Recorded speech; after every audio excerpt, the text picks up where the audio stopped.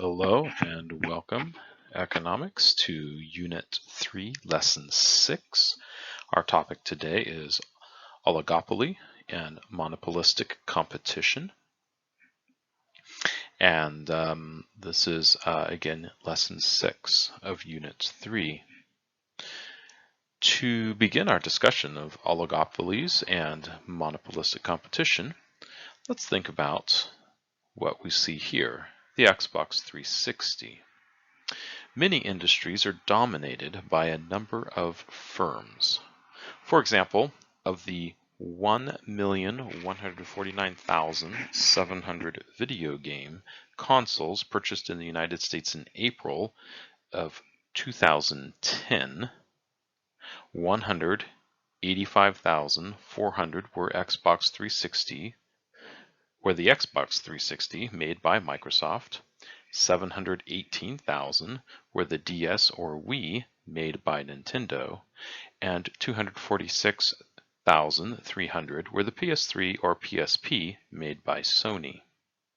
These three firms supply the entire US market for game consoles. That is, there are multiple firms, but they are not price takers. This lesson considers two types of market structure that involve both competition and market power. So our key idea is actually twofold for this lesson. When there are many firms in a market, they can gain market power if they can differentiate their products. When there are only a few firms in a market, they might be able to work together to reduce output below the perfectly competitive level, charge a relatively high price, and raise their profits. Our learning objectives. At the end of this lesson, you should be able to describe what characterizes oligopolies and how they operate, explain why it is difficult for a number of firms to enforce an agreement that restricts output, and you should be able to analyze how firms in markets characterized by monopolistic competition behave with regard to pricing, advertising, product development, and quality of service. So let's begin. Oligopoly. A market with a small number of firms is called an oligopoly. The name comes from the Greek word oligos, meaning few. Each firm in the market is called an oligopolist. Although the names sound strange, oligopolistic firms are all around you. Four firms, Kellogg's, General Mills, Post, and Quaker Oats, make more than 83% of breakfast cereal purchased in the United States, and four automakers, General Motors, Ford, Toyota, and Chrysler, produce 74% of the cars sold in the United States. An industry in which the largest four firms account for more than 40% of sales is generally considered to be an oligopoly. When a small number of firms account for a large proportion of the sales, we say that an industry is highly concentrated. The table reports the share of sales made by the four largest firms in 10 industries that are highly concentrated. Any market like these with a small number of influential firms is an oligopoly. These include the industries listed in the table and many others, such as airlines, soft drink companies, bike manufacturers, and textbook companies. Clearly, many of our favorite goods come from oligopolies. An oligopolist can decide to work together with other firms in its industry or to compete against them. Let's analyze these strategies. But before we do that, did you get it? So let's pause and answer our did you get it question. What is an oligopoly? We'll pause. All right, let us continue. Collusion among oligopolists. Oligopolists face a dilemma. Because their products are not identical and because competitors are not as numerous as in a perfectly competitive market, one oligopolist can charge a bit more or less than another. This is clear from the varying prices for things such as game consoles, breakfast cereals, cars, and airline flights. But the firms in a oligopolistic market can also decide to work together, which is known as collusion. Acting together, the firms can collude to restrict output and raise prices. If they limit their combined output to the quantity that a monopolist would produce and charge the price a monopolist would charge, they can earn the profit a monopolist would earn. A group of firms that collude to monopolize a market is called a cartel. The most famous cartel is the Organization of the Petroleum Exporting Countries, or OPEC for short. OPEC assigns its member countries production limits called quotas. By restricting the output of oil, the quotas drive up the price and therefore the profit for each member of the cartel. In most countries, it is illegal for firms to form a cartel. OPEC sidesteps these laws, however, because the members of the cartel are oil-producing countries, not firms. A group of oligopolists has an incentive to form a cartel or act like a cartel. If they agree to restrict output, they will maximize profit. At the same time, individual cartel members face an incentive to cheat. After all, if the supply in the market is restricted, a member who breaks the agreement can sell more at a price that exceeds marginal cost and raise its own profits. This practice of cheating on the cartel by producing more than the quota amount is called chiseling. If enough oligopolists chisel, the market price tumbles and the cartel falls apart. The actual behavior of firms in an oligopoly is hard to predict. At times, for example, OPEC has been able to enforce quotas, while at other times, some member states have chiseled their production to undermine the cartel. Also, many oil-producing countries have not entered OPEC, so its power to restrict worldwide oil output is not absolute. A current example of this is Russia is not a member of OPEC, but is a significant producer of oil in the world. For a while, they were colluding with OPEC to limit the number of oil that they were producing. That has recently fallen apart, and they have kind of patched it together. But that would be a recent example of this. Airlines provide another example of the difficulty of predicting oligopolist behavior. If one airline raises its price for a particular travel route in an effort to raise its profit, other airlines may or may not match the price increase. If they do not, the original airline will suffer, losing passengers to competitors. If the other airlines follow suit, the airlines may all enjoy more profit. The key to understanding oligopoly behavior is to remember that oligopolists have a collective incentive to collude. Individually, however, they have an incentive to produce more than the quantity that is in the collective interest of the oligopoly. This tension makes it hard to know exactly how much oligopolists will decide to produce. Although the oligopolists may not enforce a perfect cartel and act as if they were one big monopoly, they are likely to supply the market with a lower quantity and use their market power to charge a higher price than would be in the case under perfect competition. So, did you get it? Why would an oligopolist want to collude with other oligopolists, to restrict output? Why would an oligopolist want to break from a collusive agreement and produce more output? Let us continue. Monopolistic competition. At the sprawling Mall of America near Minneapolis, hungry shoppers can choose among dozens of fast food restaurants including A&W, Arby's, Burger King, Burger Zone Express, McDonald's, Pizza Hut, Sbarro, Taco Bell, and Villa Pizza.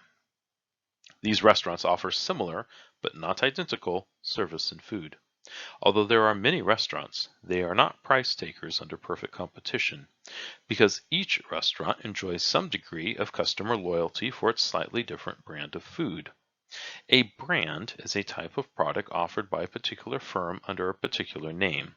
For example, Yum! Brands is a corporation that offers fast food under the brand names of A&W, KFC, Long John Silver's, Taco Bell, and Pizza Hut.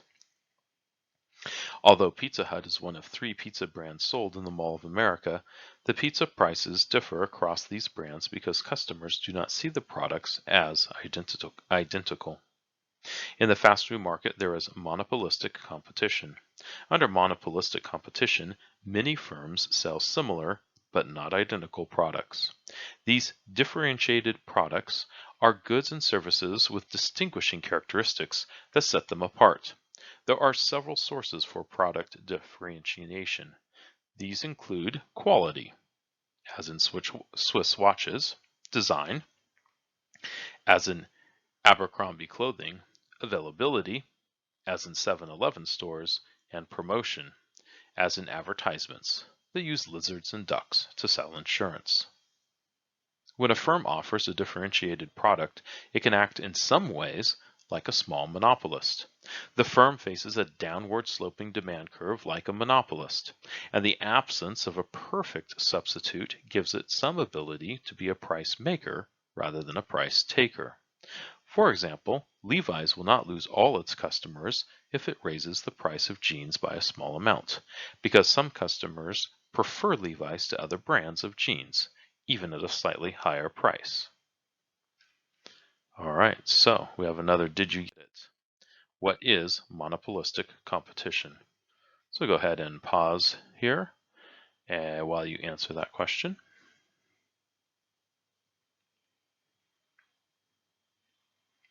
All right, let us continue. Monopolistic competition, building brand loyalty. Customer loyalty gives firms some market power, which enables them to increase their profits. Not surprisingly, firms invest a great deal of money in product differentiation and the development of brand loyalty, which gives customers reasons to buy their product instead of similar products offered by competitors. Monopolistic competitors prefer to compete with claims of better products rather than lower prices, because price-based competition cuts directly into profits. Advertising is key when it comes to cultivating brand loyalty. TV commercials plant slogans in our heads, making it hard to shake the notion that Avis tries harder, Coke is the real thing, KFC is finger-licking good, and Gillette is the best a man can get. Notice that these commercials do not advertise products like rental cars or chicken in general, but a particular brand of the product. Another strategy is to compete over the quality of service offered. Firms, including Macy's and Southwest Airlines, seek to differentiate their products and develop brand loyalty through superior customer service. McDonald's keeps careful track of how long customers have to wait in line before their order is taken, because customers who have to wait a long time are less likely to come back. Yet another way to develop brand loyalty is to issue loyalty cards that provide discounts to regular customers. Loyalty card promotions are common at bookstores, coffee shops, and grocery stores. Similarly, airlines promote brand loyalty with frequent flyer programs, and hotel chains cultivate a loyalty customer base with frequent stay programs. Monopolistic competition, free entry. Unlike a pure monopoly, a monopolistically competitive industry has free entry. No substantial barrier prevents another firm from entering the market and selling a similar good. Free entry has 2 important effects. First, a firm in a monopolistically competitive industry can earn profit in the short run, but not in the long run. If a firm is making profit, others will eventually enter the market and produce a similar product, taking away some of the original firm's customers until the firm's profit falls to zero.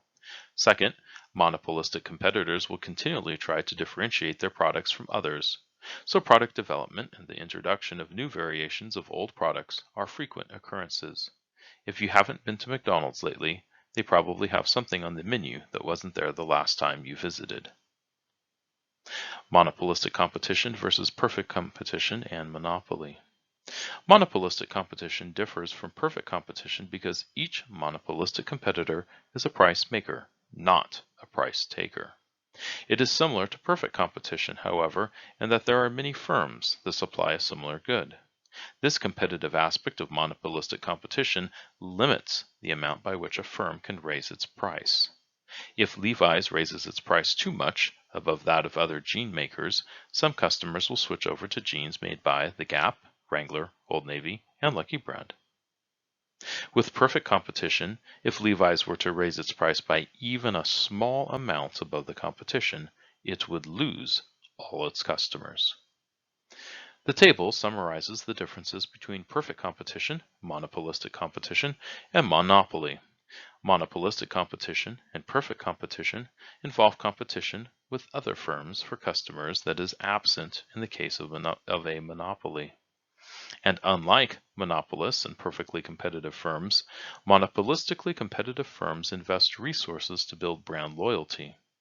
In markets with monopolistic competition and perfect competition, there is a free entry into the markets, whereas barriers to entry are the source of sustained monopoly power and of the monopolist's ability to earn profit in the long run.